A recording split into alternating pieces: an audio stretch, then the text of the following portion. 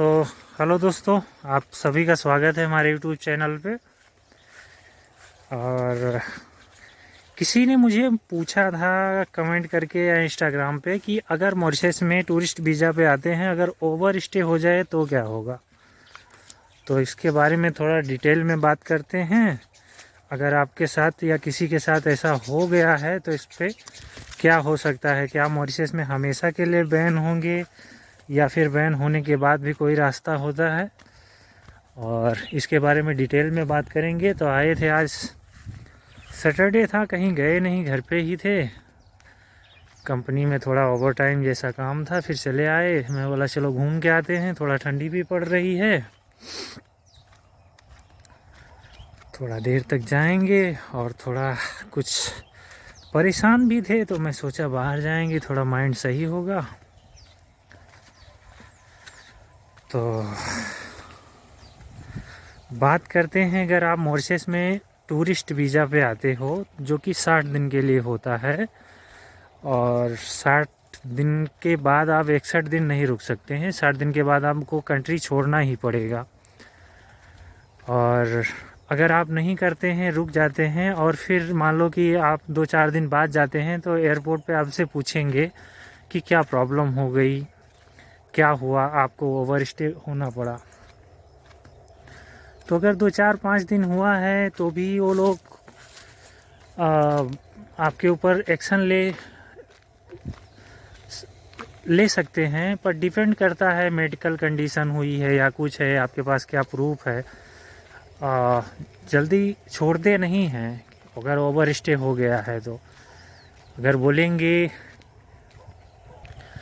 पूछेंगे कि आपको मेडिकल प्रॉब्लम हुई या कोई भी प्रॉब्लम हुई तो आपने अपना वीज़ा के लिए गए, कहीं बात किया या क्या किया, क्योंकि साफ साफ लिखा हुआ है मॉरिशस आप आते हैं टूरिस्ट वीज़ा पे, इंडियन हैं, तो आपको 60 दिन के बाद में कंट्री छोड़ना ही होगा।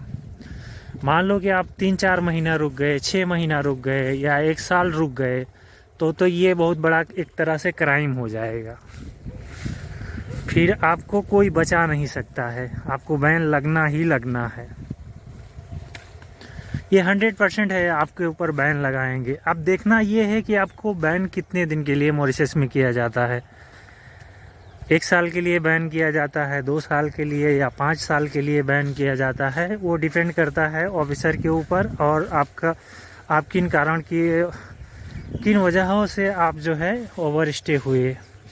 अगर आपकी इंटेंशन गलत थी तो फिर हो सकता है लाइफ टाइम के लिए भी बैन कर दें, तो ऐसा हो सकता है। अब 1 मिनट, एक छोटा सा वीडियो है फोर्सेस मैन पावर का, उसके बाद कंटिन्यू बात करते हैं। तो हेलो दोस्तों, ये forces man power Mysore Karnataka में इनकी ऑफिस है, और इनके पास रसिया के लिए जॉब आया हुआ है। सीवी सिलेक्शन है, बिना इंटरव्यू के है, और मेल फीमेल दोनों लोग अप्लाई कर सकते हैं। कंप्यूटर ऑपरेटर का है $850, सिक्योरिटी गार्ड का है $850, और पैकिंग हेल्पर का $600 है, फैक्ट्री हेल्पर का $600 है, और वेयर हाउस कीपर का है $650 है, और क्लीनर का $600 है, और फ्री फूड है। ड्यूटी 8 घंटे का है, 2 साल का कॉन्ट्रैक्ट है, वर्क परमिट वीज़ा टाइप है, वर्क परमिट है, और वर्क परमिट है। ECR 45 दिन में इनका 45 दिन में काम हो जाएगा। ECR दोनों लोग जो है अप्लाई कर सकते हैं, मेल फीमेल के दोनों के लिए है, और ये बहुत अच्छी एजेंसी है, अच्छा काम करते हैं। तो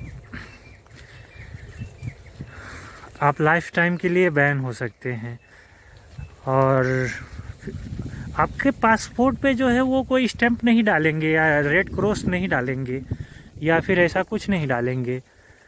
आपको पता, मतलब ऐसे सामने पासपोर्ट देख के नहीं पता चलेगा, लेकिन सीधा सीधा जो है वो अपने सिस्टम में आपका पासपोर्ट नंबर से आपको डायरेक्ट अपने सिस्टम में बैन कर देंगे।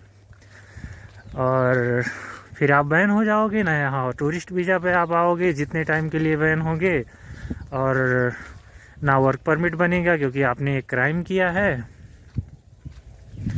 तो ये है। और मैं तो बोलूँगा कि आप लोग अगर काम करने आना चाहते हैं तो वर्क परमिट लेके आएँ, और वो अच्छा है। टूरिस्ट वीज़ा पे अगर घूमने सिर्फ आ रहे हैं तो टूरिस्ट वीज़ा पे आएँ, और किसी तरीके से ओवर स्टे ना करें, ये ठीक नहीं है आपके लिए। और ऐसा प्लान करके भी मत आएँ कि मैं वहाँ ओवर स्टे करूँगा, फिर अपना काम करूँगा, फिर उसके बाद भागूँगा, क्योंकि पहले थोड़ा बहुत चीज़ें अंदर अंदर चलती थी, लेकिन अभी हर जगह आपको पेपर दिखाने पड़ेंगे। पैसा कमाओगे, पैसा भेजोगे, पेपर दिखाना पड़ेगा। सिम कार्ड लेने जाओगे, बिना पेपर के सिम कार्ड नहीं मिलेगा। पासपोर्ट से सिर्फ सिम कार्ड नहीं मिलेगा, वर्क परमिट, रेसिडेंट परमिट, सारी चीज़ें होनी चाहिए। तो आपको सारी चीज़ें दिखानी होंगी। कुछ भी करोगे पेपर चाहिए, तो बिना पेपर के यहाँ सरवाइव करना आसान नहीं है और ठीक भी नहीं है। मान लो कुछ लोगों के दिमाग में प्लान चल रहा होगा कि हम जाएंगे, ओवर स्टे करेंगे, फिर कोई पार्टनर को करेंगे, फिर शादी करेंगे, ये करेंगे, वो करेंगे, तो अभी तो पूछेंगे तुम्हारा पेपर कहाँ है, तुम वर्क परमिट पे हो, रेसिडेंट पे, टूरिस्ट पे, कैसे क्या हो। पेपर नहीं रहेगा तो कोर्ट में शादी भी नहीं कर सकते हो। तो जो भी तुम्हारे मैं तो ओपन, मतलब मुझे इतना खुल के नहीं बोलना चाहिए, लेकिन चीज़ें ऐसे ही काम करती हैं। लीगल तरीके से आओ, काम करो अच्छे से, कंट्री को ग्रो होने में हेल्प करो, और अपने भी अच्छे से कमाओ, क्योंकि मॉरिशस में चीज़ें बहुत अच्छी हो गई हैं, पैसे भी ठीक ठाक हो गए हैं। और ऐसी कोई सोच मत रखो। तो ये बात है। दूसरा कोई पूछ रहा था कि हाँ इसमें और ऐड करेंगे, लेकिन एक अपडेट इसी साथ में दे दें कि टूरिस्ट वीज़ा पे आके काम यहाँ आप नहीं कर सकते हो, और टूरिस्ट वीज़ा जो है वर्क परमिट में कन्वर्ट भी नहीं होता है। जो लोग ऐसा करते हैं वो दूसरा है, एक प्रोग्राम है जो इनवाइटेशन लेटर पे आते हैं किसी मॉरिशन के जान पहचान, रिलेटिव, फ्रेंड, दोस्त, उनका एक अलग तरीके से होता है। और मॉरिशस में आने से पहले वो सारी चीज़ें अलग तरीके से काम करती हैं, वो होता है। ठीक है। टूरिस्ट वीज़ा पे ऐसा कुछ भी नहीं है, साफ साफ लिखा हुआ है कि आप यहाँ काम नहीं कर सकते हो टूरिस्ट वीज़ा पे आके, और आपका वर्क परमिट में कन्वर्ट भी नहीं हो सकता है। ठीक है।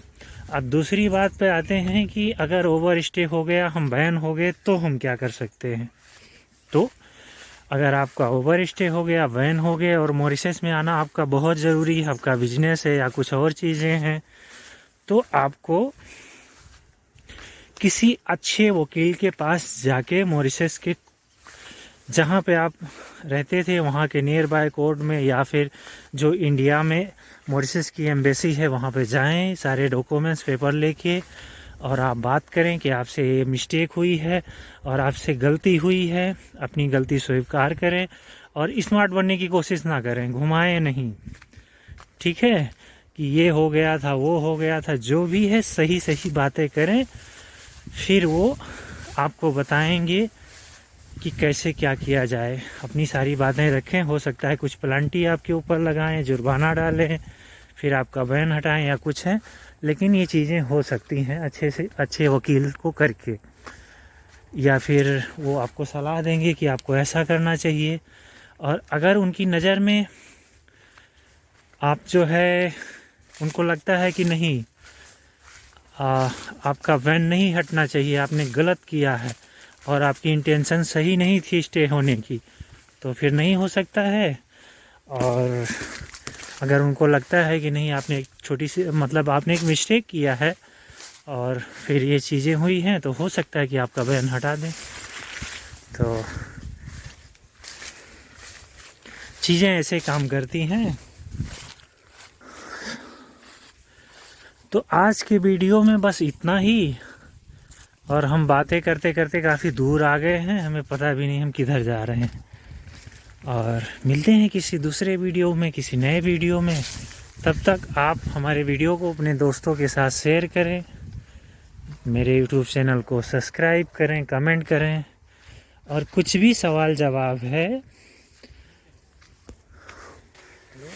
तो अब ये गन्ना आप देख रहे हैं, तो ये जो गन्ना है ऐसा होता है, यहाँ पे आग लगा दिया जाता है परमिशन लेके, फिर काट को मिल में भेज देते हैं। इसमें इनका कोई बहुत लॉस नहीं है कि लॉस हो गया ये हो गया। अपने यहाँ क्या होता, अगर जला हुआ गन्ना है तो मिल लेने से मना कर देती है, लेकिन यहाँ ऐसा नहीं है। तो अगर आप मुझसे बातें करना चाहते हैं तो मुझे प्लीज़ कॉल मत करें और सिर्फ एक मैसेज करें, एक बड़ा सा मैसेज। जितने आपके सवाल जवाब हैं सारी चीज़ें आप लिख के मुझे मैसेज करें। मैंने एक मैसेज का रिप्लाई किया, फिर दोबारा करते हो, फिर तिबारा करते हो, फिर मैसेज करते हो। मतलब कि मतलब मेरे कहने का मतलब है कि मैं आपके साथ चैट नहीं कर रहा हूँ, मैं आपके जो सवाल जवाब ज़रूरी हैं उसका मैं जवाब देने की कोशिश करता हूँ। तो कुछ लोग मानते नहीं हैं, छोटे छोटे मैसेज करते रहते हैं। मैं काम करता रहता हूँ और मैं बहुत बिजी रहता हूँ, उसमें टाइम निकाल के आप लोगों को रिप्लाई करता हूँ। तो आपको समझना चाहिए कि चीज़ें ऐसी नहीं करनी है। आपको एक लंबा मैसेज, जितने सारे सवाल हैं आप पहले उसको लिख लें, फिर आप मैसेज में मुझे भेजें, मैं एक साथ में रिप्लाई करूँगा। और सभी टॉपिक पे लगभग मैं वीडियो पे बात कर चुका हूँ, आप देख सकते हैं। देखना चाहते नहीं हैं, देखोगे तो आपको वीडियो में मिलेगा। दूसरा अगर आप लोग मुझसे बात करना चाहते हैं, ज़रूरी बात करना चाहते हैं, तो मेरे इंस्टाग्राम पे जाएं, मुझे कॉल मत करें, पहले बात करें। और मैंने ऑलरेडी चीज़ें लॉन्च कर दिया है, क्योंकि मुझे टाइम निकालना पड़ता है। तो शायद संडे को मैं थोड़ा बहुत काम कर लेता था, अब काम पे नहीं जाऊंगा, तो उसका जो नुकसान होगा तो मुझे कहीं से तो आना चाहिए ना। तो आप लोगों से चार्ज करूंगा, 10 मिनट 15 मिनट जो भी बात होगा उसको आपको पे करना पड़ेगा। आप मुझे इंडिया में पेटीएम, गूगल पे, फ़ोन पे जो भी है आप करें और स्क्रीनशॉट मुझे भेजें कि मैंने ये किया है। फिर मैं आपके लिए एक टाइम निकालूंगा, आपसे बात करूंगा और जो भी होगा आपके सवाल का उसको मैं रिप्लाई करने की कोशिश करूंगा।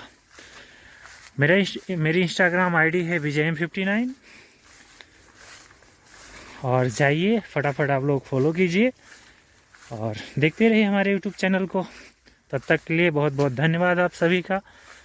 अपना ख्याल रखें। Thank you so much.